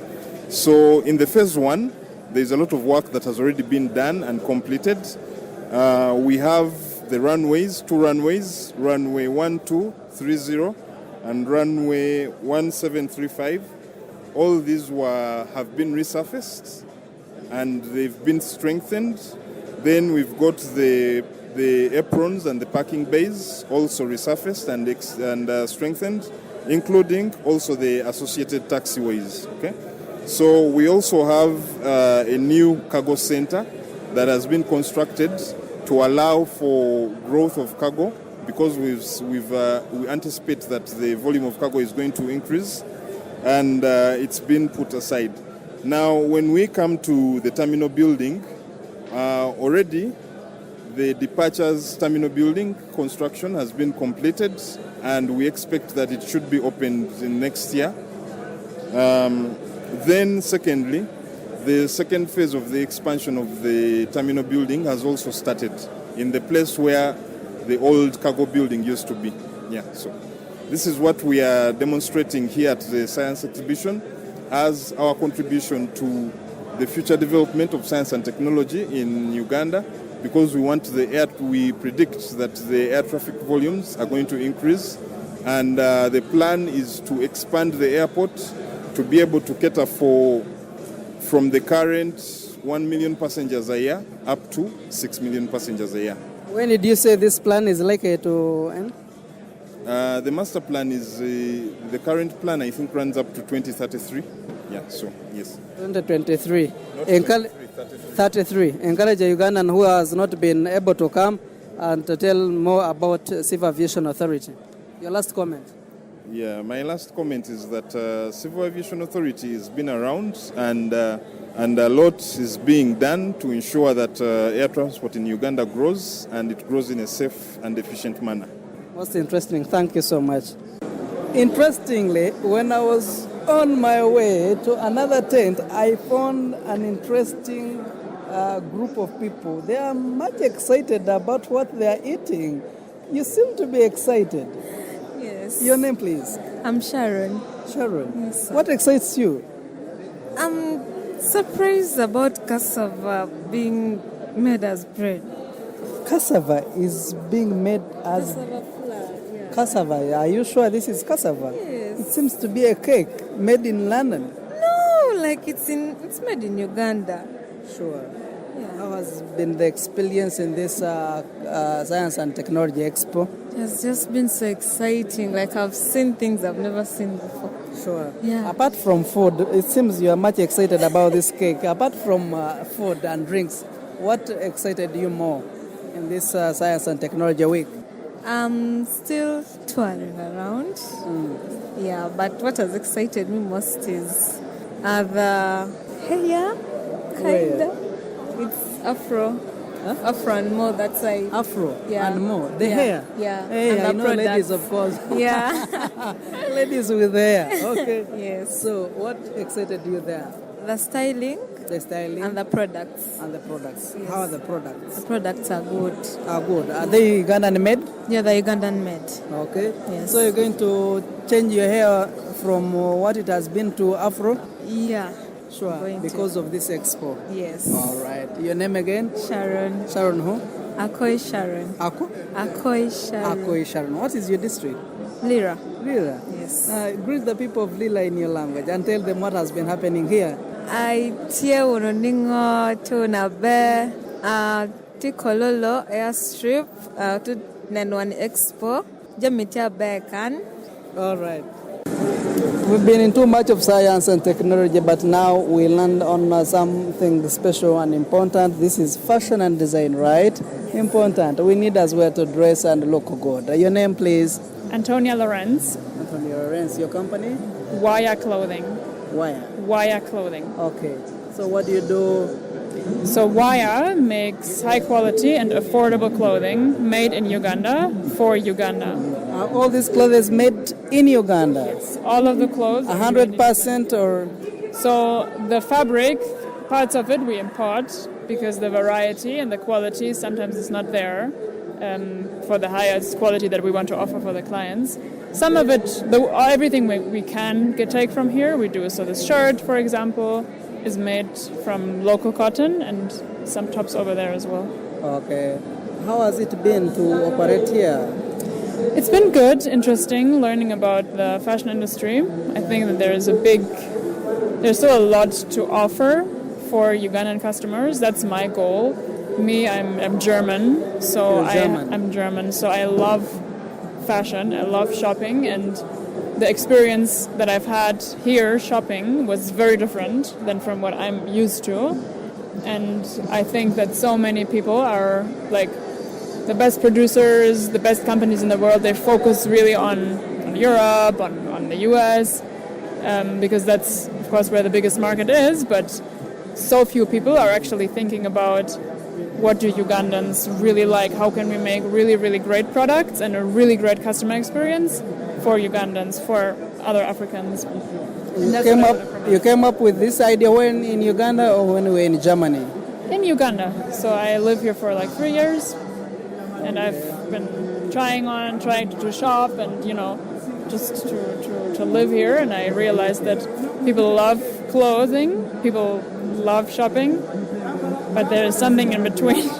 Going downtown, it's not nice. You can find things, but I don't understand. Like, I feel like people would love to have like a great shopping experience. How much is a single shirt? A shirt is 55. 55. And the trouser? The trousers, so this shorts is 50,000. Okay. Then for men, we also have a kaftan suit. The full kaftan suit is 170. Then we have, for women, we have these shorts and shirt sets. The full set is 65,000. And then we have silk pieces. They range from 40,000 to 60,000. And tops for women for 17 or 19,000. Yeah. Interesting. Any challenges so far? It's tough to produce here, for sure. It takes a lot of work, but I think it's worth it because, of course, the alternative is always importing things, but I've realized that importing things, even though it seems easier at the start because we don't have to deal with the whole product development, it's not so much easier. I think people can really focus more on trying to make local production just more efficient and really put in the work to get to the quality that also can come from outside. And then it can actually be more affordable to produce here on bulk than to import. Estimate, how many are employed in this? So we have now one full-time employee, so we're still quite small. But then when we hire the tailors for our production, we have like 20, 30 tailors. 20 to 30. Ugandan? Yeah, they're Ugandans. What would be your comment or advice to someone who would love to be in the same business? Start. That is something that I personally also had to learn. Just start. Produce some things. Really look at what does the market want, what are they willing to pay, and then just try to create a product that fits into that. Okay. I'm so much excited about this. You look so smart, and I'm glad that you're making Ugandans look smart also. Yeah, absolutely. Okay. Thank you so much. Thank you. From the people who are excited about the taste of the cakes and the drinks, I happened to land on one of the makers. You people are excited. What do you put in these cakes? I'm already tasting this chocolate. It is amazing and delicious. Your name and your company, how are you able to make this delicious? My name is Gloria Musimenta. My company is called Nile Chocolates Uganda Company Limited. We are located at Chambago University Incubation Center. Our products are unique and different from others because, first of all, we make a unique product that is from cocoa. Cocoa is originally from Butebo. It is organic, sourced from the grounds of Uganda, very gluten-free, and as well as healthy in regards to human consumption. How much is a cup of coffee or your chocolate or cake? Specifically me, I'm not into coffee, but I would regard it as cocoa or drinking chocolates. So our drinking chocolate, we have a powder that is 500 grams, that is 25,000 Ugandan shillings. Our chocolate bars range from 10,000. We make 4 types of chocolate. We do dark chocolate, it's at 85%, and 70 chocolate, it's also dark at 70%, as well as milk and creamy white. Those are for sweet tooth lovers, the people who love sweet. As a female youth, what is your comment to other girls outside there who are waiting for someone to call them for a job? I would advise my fellow ladies, mostly the youth, to get hands-on. Go into the world, explore your country. It has a lot of potentials in regards to food production. Mostly people are into food. When you're into food, you do not lack because every day a human being has to eat for you to survive. And these are some of the luxury but well nutritious foods that you need to venture into. Yeah. Okay. Thank you so much, and I'm glad and happy for what you're doing and for encouraging your fellow girls to be part of this production. Thank you so much. You're welcome. I'm on. I believe that you have seen and heard it all. Now we're going to have an interview with Dr. Monica Msenero, who has been on top of this from the start up to this day that we are ending the Science Week 2022. We're going to have a very interesting time with her as a policymaker, what they're planning next, and how significant was this day to the people of Uganda, but also on the side of government. Honorable, we're doing a Science Week, and the same week we have launched the Ugandan satellite. But made in Japan, launched in USA. People still associate it with to be foreign. How can we? There is no nation that can exist as an island, and Ugandans need to know that. Us developing our own things and science does not mean that we disconnect ourselves from the global ecosystem. Let me talk about the United States. It's a very developed country.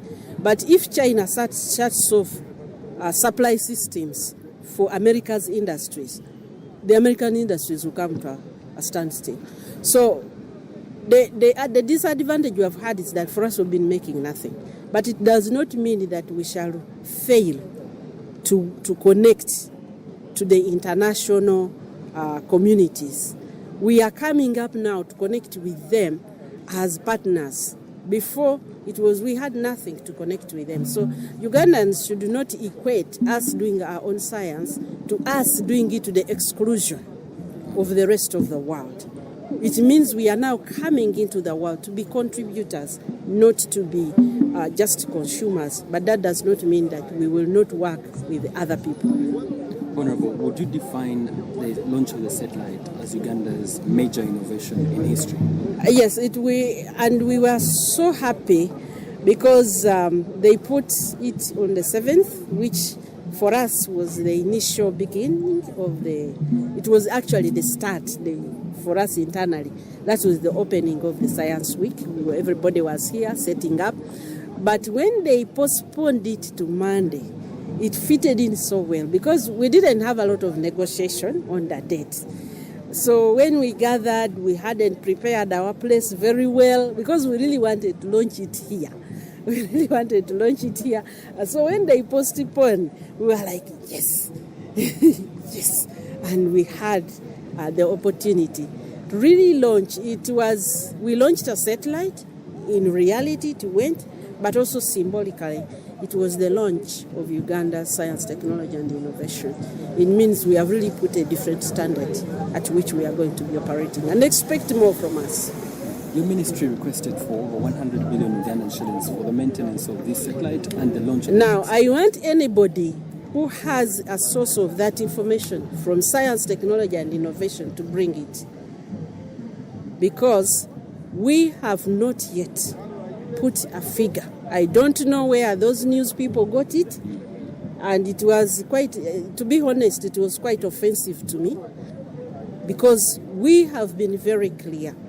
We have not yet put a figure to this program. So I don't know what the goal was to distract from the important things. When we have put a figure to the program, we are going to bring it. For now, the funds that we have spent are very minimal. It was just supporting those boys out there in Japan and a little money for renovating, which we are still compiling because it starts a little way back. But we have not, and I repeat, Science, Technology and Innovation Secretariat has not requested for a quantity of money to run the space program as of now. What if we need more? Now you are limiting us. What if we need less? And what is the aim of publishing that figure at this point? Because it has not come from us. It has not come from us. Are you confident we shall have this money towards the launch of the second satellite in 18 months? Government is committed. This is a government program. It's not an individual who came and now persuading government. Government is the one which has committed themselves, and I'm very, very sure they are going to support it. It was not there, now it is there. We have come this far. It is government which has put in money. So I trust that the money is going to be there. Apart from the Science Week and the Expo, what are other platforms that you're providing to the innovators? We have a lot of think tanks. We have main think tanks and sub-think tanks where we invite everybody to be there. So far we are running 8, but there are some smaller ones. Those are the major ones, where we share ideas, we discuss topics like yesterday. Now we are really in the mobility. We are discussing this issue of borders and accidents. It has reached a place where it's not acceptable, and we must innovate solutions. And we invite everybody, and we respect everybody's ideas, and we discuss, and we come up with the best solutions. How can we address this? So we have the think tanks. We will be coming up with new ideas and new platforms. We have online platforms, like we have had Twitter interaction. We are using all the media. We'll be having live sessions on Facebook. We'll be having YouTube sessions, and then also live discussions on TV. The Ugandan who has not been part of this and is in Kapchora or somewhere else, what is your comment to them? Well, they have missed it to see, because seeing is really adds to the believing. We can believe without seeing, but seeing adds the believing. Now, today we cannot go back in the past and bring it back, but these activities are going to be on, and they'll be becoming bigger and better. We will, somewhere around March, unveil the theme for next year, and they'll be becoming bigger and better. But also, we have outreaches. We have outreaches. Of course, in the outreach, we can't have this big thing, and you miss seeing opportunities. Actually, for me, I encourage people to come here because many people find opportunities here. They find linkages here. I wanted to do something, I needed that, but I didn't know it was here. So they create those opportunities. So next year, please pay attention around this time. It is always fixed. It runs from the 6th to the 10th of November. So this is something which is going to land on you without expectation. It's going to happen all the time. So even now, write somewhere and remind yourself, 6th to the 10th of November 2023, I must be at the National Science Week exhibition. So remind yourself, and we've done a lot of advertisement. So listen to the adverts. I want people to know that this is not exclusive. It's not for some people. It is free. Entrance is free. We don't charge. We may check you a little bit to make sure everybody is safe, but it is free for people who come. We have come to the end of the National Science Week that is taking place at Kololo Independence Grounds, and the people of Uganda must be so much excited about what is taking place in our country. If you could see what your daughters and sons have been able to actualize, the ideas that have been actualized, the great machines that have been here, the great vehicles that are made in Uganda, electric vehicles, electric motorbikes, different innovations from different companies and individuals. There are so many ideas that have been actualized. We decided to move UBC Ground Zero outside the studios of UBC at Nile Avenue, and we went to Kololo Independence Grounds to give you the real and actual things that they are taking place here in Kololo. And there is a lot that Uganda is going to harvest in science and technology. I saw Kayola buses. We have launched our satellite on 7th November, and we happened to talk to those innovators, Edgar and Bonnie. They have shared different perspectives on how they were able to come up with the Pearl Africa Sat-1 that was launched in the United States of America. Ampere Amonobtega is my name, and this is UBC Ground Zero. We are promising to keep educating, informing, and transforming you, the people of Uganda. From all of us at UBC, we wish you all the best. Allow me now to sign out. That was Ground Zero Season 2, a production of Uganda Broadcasting Corporation, UBC, inspiring Uganda.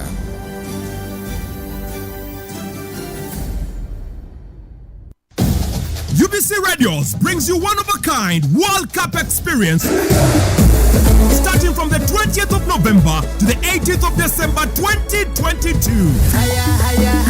Don't miss all the goals, the misses, the analysis, and the best commentaries in your local language. World Cup is in Qatar 2022. Doha, Doha, UBC Radio, UBC Butebo, UBC Ngeya, UBC Totore, UBC West Nile, UBC Bundibujo, UBC Buluri, UBC Mega FM, Magic FM, UBC West, and Star FM have got you all covered for all the 64 games live. UBC Radios, inspiring Uganda. Come to Doha, come to Qatar. World Cup is in Qatar. Don't miss UBC Radio Ground Zero every Saturday from 10 a.m. to 12 p.m. We host credible and relevant guests to discuss pertinent issues of national importance aimed at addressing people's concerns. As a country, if we don't fight this vice of corruption seriously and with honest opinion without any bias, things will not be good for us. UBC Radio Ground Zero, right here on UBC Radio. UBC, ensure that the information you give out is factual but also objective, balanced, and complies with the legal and policy requirements for the media.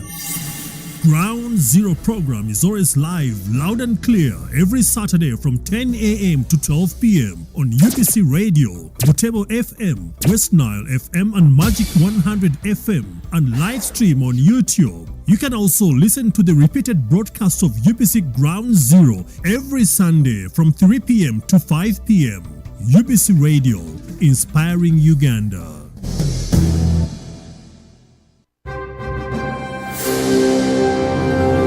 Don't miss UBC Radio Ground Zero every Saturday from 10 a.m. to 12 p.m. We host credible and relevant guests to discuss pertinent issues of national importance aimed at addressing people's concerns. UBC Radio Ground Zero right here on UBC Radio.